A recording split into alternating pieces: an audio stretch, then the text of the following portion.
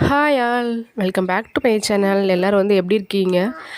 நான் வந்து ரொம்ப நாளுக்கு அப்புறம் பார்த்திங்கன்னா விலாக் வந்து எடுக்கிறேன். ரொம்ப நாள்னு சொல்ல முடியாது, ரொம்ப மாதம் ஆயிடுச்சு விலாக் வந்து போட்டு.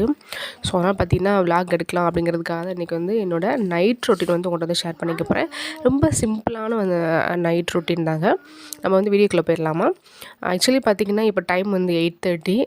எல்லாருமே பார்த்திங்கன்னா சாப்பிட்டு முடிச்சுட்டு பாத்திரம்லாம் வந்து சிங்கில் வந்து நிறைய வந்து கிடந்தது. ஏன்னு கேட்டிங்கன்னா, நான் வந்து காலையில் ஒரு 10 o'clock போல் வந்து பாத்திரம் வந்து கழுவுனது. அதுக்கப்புறம் பார்த்திங்கன்னா ஃபுல் அண்ட் ஃபுல் அப்படியே சிங்கில் போட்டு நிறையா வந்து பாத்திரம் வந்து இருந்தது.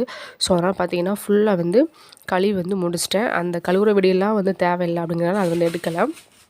அதே மாதிரி பார்த்திங்கன்னா நைட்டு தூங்கும்போது எப்போவுமே வந்து நம்ம வந்து ஸ்டவ் க்ளீன் பண்ணுறது வந்து எப்போவுமே வழக்கம் தான். ஸோ கையோடு பார்த்திங்கன்னா ஸ்டவ்வில் இருக்கக்கூடிய அந்த ஸ்டாண்டெல்லாம் எடுத்து நம்ம வந்து அப்படியே வந்து விலைக்கு வச்சிடலாம் அப்படின்றத அதையும் வந்து பார்த்திங்கன்னா விலைக்கு வந்து முடிச்சிட்டேன்.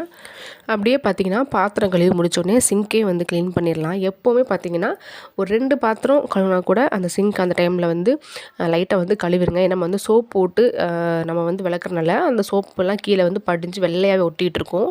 அப்புறம் பார்த்திங்கன்னா நம்ம அப்படி கண்டுக்காமல் விட்டோம்னா அதுவே வந்து பார்த்திங்கன்னா ஒரு மாதிரி பேர்ட் ஸ்மெல்லாம் வந்து வர ஆரம்பிச்சிடும். அப்புறம் இந்த சிங்க்கே வந்து ஒரு மாதிரி வெள்ளையாக வந்துருக்கிற மாதிரி இருக்கும். ஸோ அதனால் நீங்கள் அப்பப்போ விளக்கிட்டு அப்பப்போ வந்து இந்த மாதிரி வந்து ஏதாவது ப்ரஷ் யூஸ் பண்ணி சிங்க்கை வந்து வாஷ் பண்ணிக்கோங்க. இப்போ வந்து பார்த்திங்கன்னா நான் வந்து ஃபுல்லாக வந்து பாத்திரம் ஃபுல்லாக கழுவி முடிச்சிட்டேன். இந்த டப்பு ஃபுல்லாக பாருங்கள் எவ்வளோ பாத்திரம் இருக்குன்னு, அவ்வளோ பாத்திரத்தையும் வந்து நான் வந்து வாஷ் பண்ணி வந்து முடிச்சிருக்கேன். இப்போ அடுத்ததாக பார்த்திங்கன்னா ஸ்டவ் வந்து க்ளீன் பண்ணணும். ஸ்டவ் வந்து நம்ம வந்து டெய்லி வந்து க்ளீன் பண்ணுறதுனால அது பெருசாக ஒன்றும் நமக்கு வந்து அழுக்கோ பிசுப்போ இருக்காது. ஆனால் அன்றைக்கான நம்ம சமைச்சதுக்கான ஏதாவது ஒன்று வந்து கொட்டியிருக்கும் இல்லையா? அதனால் ஸோ நம்ம அன்றைக்கே க்ளீன் பண்ணிட்டோம் அப்படின்னா ஸ்டவ் வந்து எப்போவுமே புதுசாக நீட்டாக இருக்கிற மாதிரி இருக்கும். நான் வந்து பார்த்திங்கன்னா கடையிலேருந்து வாங்கிட்டு வந்து அந்த லிக்விட் யூஸ் பண்ணி தான் நான் வந்து இன்றைக்கி ஸ்டவ் வந்து க்ளீன் பண்ணியிருக்கேன். எல்லா நாளும் அதை தான் யூஸ் பண்ணணும்னு கிடையாது. ப்ளெயின் வாட்டர் கூட ஜஸ்ட் ஒரு கிளாத்தில் வந்து நனைச்சிட்டு அதை வச்சு கூட தொடச்சி எடுத்துக்குவேன். ஆனால் ஒரு 2 days ஒன்ஸ் இந்த யூஸ் பண்ணி நம்ம வந்து க்ளீன் பண்ணும்போது அந்த ஸ்டவ் பார்த்திங்கன்னா பார்க்குறதுக்கே நல்லா பளிச்சுன்னு கொஞ்சம் நல்லா நீட்டாக இருக்க மாதிரி இருக்கும். அதனால் பார்த்திங்கன்னா ஒரு 2 days ஒன்ஸ் வந்து இதை யூஸ் பண்ணி தான் நான் வந்து ஸ்டவ் வந்து க்ளீன் பண்ணிக்குவேன். அதே மாதிரி பார்த்திங்கன்னா நம்ம ஸ்டவ் வைக்கிறதுக்கு பின்னாடி இருக்கிற அந்த சுவரையும் பார்த்திங்கன்னா அன்னன்னைக்கு துடைச்சிருங்க. இல்லைன்னா அந்த பிசு வந்து இருந்துகிட்டே இருக்கும். நம்ம தாளிக்கும் போது செய்யும் போதெல்லாம் பார்த்திங்கன்னா அந்த எண்ணெய் வந்து தெரிச்சிருக்கும் சுவரில். ஸோ அதையும் பார்த்திங்கன்னா நல்லா க்ளீன் பண்ணிட்டீங்க அப்படின்னா அந்த பிசுப்பே வந்து இருக்காது. ஸ்டவ் பாருங்கள் நீட்டாக வந்து க்ளீன் ஆகிடுச்சு.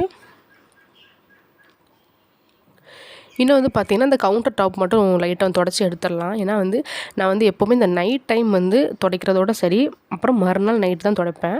பாருங்கள் இதில் மாவு இதெல்லாம் கொட்டியிருக்கும். அதே மாதிரி நம்ம காய் கட் பண்ணியிருப்போம். அந்த தக்காளியோட அந்த சாரெல்லாம் வந்து கீழே அந்த கவுண்டர் டாப்பில் தான் வந்து பட்டிருக்கும். ஸோ அதனால் பார்த்திங்கன்னா நம்ம அப்படியே விட்டோம்னா அந்த இடமும் பார்த்திங்கன்னா பிசுன்னு வந்து மாறிடும். ஸோ அதனால் பார்த்திங்கன்னா நைட்டு தூங்க போகிறதுக்கு முன்னாடி ஃபுல்லாத்தையும் க்ளீன் பண்ணி முடிச்சுட்டு இல்லை ஃபைனலாக வந்து இந்த கவுண்டர் டாப்பையுமே பார்த்திங்கன்னா நல்லா இந்த மாதிரி ஒரு ஈர துணி வச்சு தொடச்சி வந்து எடுத்துருங்க. மறுநாள் பார்க்கும்போது நம்ம கிச்சனுக்கு வரும்போது பார்த்திங்கன்னா நல்லா ஃப்ரெஷ்ஷாக சூப்பராக இருக்கும். நமக்குமே பார்த்திங்கன்னா மைண்ட் வந்து ரிலாக்ஸாக வந்து இருக்கும். உள்ளே வந்து நமக்கே வந்து வேலை பார்க்கணும்னு தோணும்.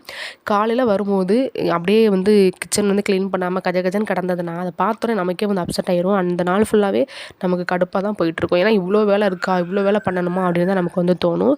ஸோ அதனால் பார்த்திங்கன்னா முடிஞ்ச அளவுக்கு நீங்கள் வந்து ஓரளவுக்கு வந்து க்ளீன் பண்ணி வச்சுட்டு அதுக்கப்புறம் வந்து நீங்கள் வந்து தூங்க போங்க. எங்கள் வீட்டில் பார்த்திங்கன்னா குழந்தைங்க விளையாண்டுட்டு இருக்கும்போதெல்லாம் நம்ம வந்து க்ளீனிங் வந்து பண்ண முடியாது. ஸோ அதனால் பார்த்திங்கன்னா அவங்க 2 பேரும் தூங்க வச்சுட்டு அதுக்கப்புறம் தான் நான் எப்போவுமே வந்து இந்த க்ளீனிங் வந்து ஆரம்பிப்பேன்.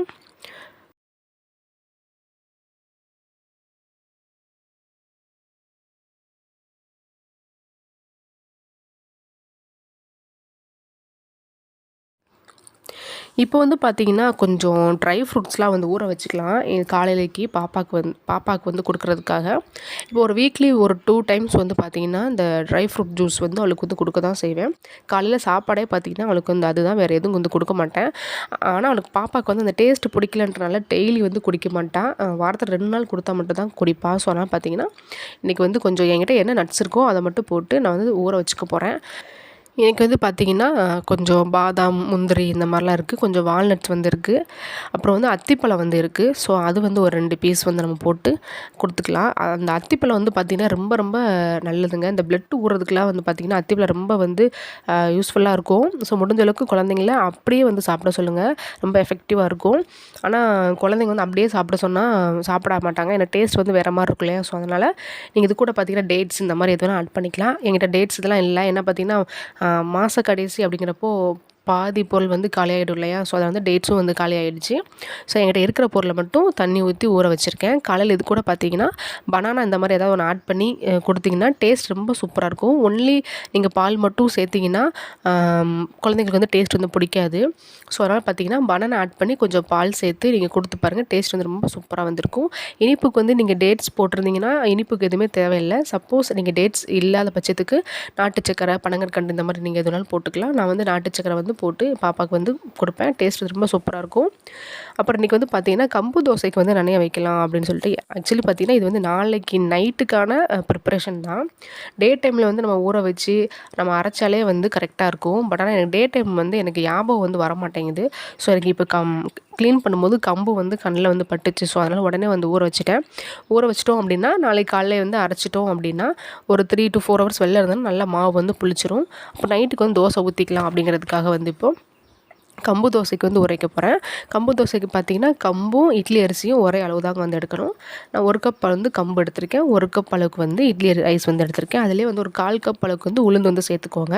இது 3த்தையும் நான் வந்து ஒன்றா ஊற வைக்கிறனால பார்த்திங்கன்னா நான் வந்து வெள்ளை உளுந்து வந்து சேர்த்துருக்கேன். சப்போஸ் உங்கள்கிட்ட வந்து கருப்பு உளுந்து தான் இருக்குன்னா நீங்கள் வந்து தனியாக வந்து ஊற வச்சு அதை தனியாக வந்து அரைச்சிக்கோங்க.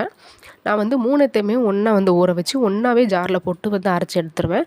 இது கூட பார்த்திங்கன்னா ஒரு 1/2 ஸ்பூன் அளவுக்கு வந்து வெந்தயம் போட்டுக்கலாம். வெந்தயம் போடும்போது அந்த ஃப்ளேவரும் சூப்பராக இருக்கும், கலரும் வந்து ரொம்ப சூப்பராக இருக்கும். இப்போ தண்ணி ஊற்றி 1 டைம் வாஷ் பண்ணிவிட்டு அதுக்கப்புறம் நீங்கள் தண்ணி ஊற்றி ஊற வச்சுருங்க. நல்லா வந்து ஊறட்டும்.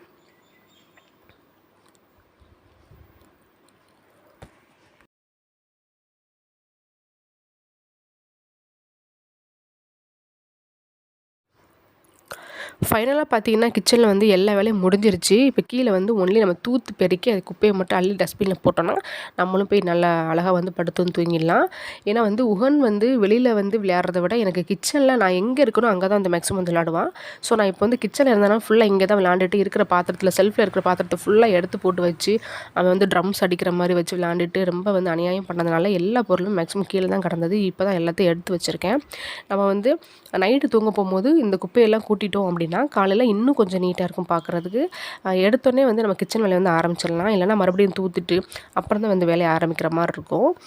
ஸோ அதனால் கிச்சனில் வந்து பெருசாக ஒன்றும் இருக்க போகிறது கிடையாது இல்லையா. ஸோ அதனால் லைட்டாக தூத்து நம்ம வந்து குப்பையை மட்டும் அள்ளி டஸ்ட்பினில் வந்து போட்டுடலாம். எப்போவுமே பார்த்தீங்கன்னா கிச்சனில் ஃபுல்லாக க்ளீன் பண்ணிவிட்டு இந்த மாதிரி பெருக்கிட்டு நீங்கள் அதுக்கப்புறம் தூங்க போங்க. இது வந்து டெய்லி ரொட்டீனாக வந்து வச்சுக்கோங்க. அதாவது இப்போ உடம்பு சரியில்லை அப்படின்னு நம்மளால் பண்ண முடியாது. ஸோ அன்னைக்கு மட்டும் தவிர்த்துட்டு மற்ற நாள் ஃபுல்லாக டெய்லி வந்து நமக்கு இதெல்லாம் ஒர்க் இருக்குது அப்படின்றத நீங்கள் மைண்டில் வச்சுட்டு அதை பண்ணிங்கன்னா உங்களுக்கு ஈஸியாக வந்து போயிடும். அப்புறம் நீங்கள் நாளைக்கு வந்து இந்த வேலையை இழுத்து போட்டு பண்ணுற மாதிரி இருக்கும். அப்புறம் ரொம்ப வேலை இருக்கிற மாதிரி இருக்கும். நமக்கே வந்து கடுப்பாக இருக்கும். ஸோ முடிஞ்ச அளவுக்கு இந்த மாதிரி உங்களை நீங்களே ஃப்ரீ பண்ணணும் அப்படின்னா டைம் எடுத்து அன்னன்னைக்கு வேலையை அன்னன்னைக்கு வந்து முடிச்சிருங்க. செல்ஃபில் இருக்கிற பாத்திரம்லாம் பார்த்தீங்கன்னா நீட்டாக இருக்காது. ஏன்னா வந்து மேக்ஸிமம் உகன் வந்து ஃபுல்லாக எடுத்து விளையாடுறது அந்த பொருட்கள் தான். ஸோ அதெல்லாம் அப்படியே தான் இருக்கும். நீங்கள் அதெல்லாம் வந்து கண்டுக்காதீங்க. இப்போ வந்து பார்த்திங்கன்னா பாத்திரம் கழுவி வச்சுருந்தேன். அந்த டப்பாலேருந்து தண்ணியெல்லாம் வடியட்டுங்கிறதுக்காக தான் மேலே வந்து வச்சுருந்தேன். இப்போ பார்த்திங்கன்னா ஒரு 1/2 அன் ஹவருக்கு மேலே ஆயிடுச்சு. தண்ணி வந்து கொஞ்சம் நல்லா வடிஞ்சிருக்கும். பாத்திரத்தை எடுத்து கீழே வச்சிடலாம். அதுக்கப்புறம் அதில் இருக்கக்கூடிய ஈரத்தில் நம்ம தொடச்சிட்டோம் அப்படின்னா காலையில் செல்ஃபுமே பார்த்திங்கன்னா நல்லா வந்து உணர்ந்து காஞ்சிருக்கும். நம்ம வந்து அப்படியே ஈரத்தோடையே வச்சுட்டே இருந்தோம்னா செல்ஃபு பார்த்திங்கன்னா அந்த உப்பு கரை பட்டு ஒரு மாதிரி வெள்ளை கலரில் வந்து உப்பு படிஞ்சு மாறிடுது. ஸோ அதனால் பார்த்திங்கன்னா பாத்திரத்தில் நல்லா ஈரம் போனதுக்கப்புறம் வேறு இடத்துல மாற்றி வச்சுட்டு அந்த இடத்துல தண்ணி இல்லாத மாதிரி ஒரு கிளாத் வச்சு நல்லா தொடச்சி விட்டுருங்க. காலையில் பக்கம் நல்லா காஞ்சிடும். அவ்வளோதாங்க, என்னோடய கிச்சன் வேலை வந்து முடிஞ்சிருச்சு. ரொம்ப சிம்பிளான ரொட்டீன் தான். நம்ம வந்து எந்த டிஸ்டர்பன்ஸுமே இல்லாமல் இருந்தோம்னா டக்குன்னு வந்து பண்ணிடலாம். ஸோ பாருங்கள், கிச்சன் பார்க்குறதுக்கே வந்து ரொம்ப நீட்டாக இருக்கு இல்லையா. ஓகே ஃப்ரெண்ட்ஸ், இன்றைக்கான என்னோடய நைட் ரொட்டீன் என்னன்றதை நீங்கள் வந்து பார்த்துருப்பீங்க.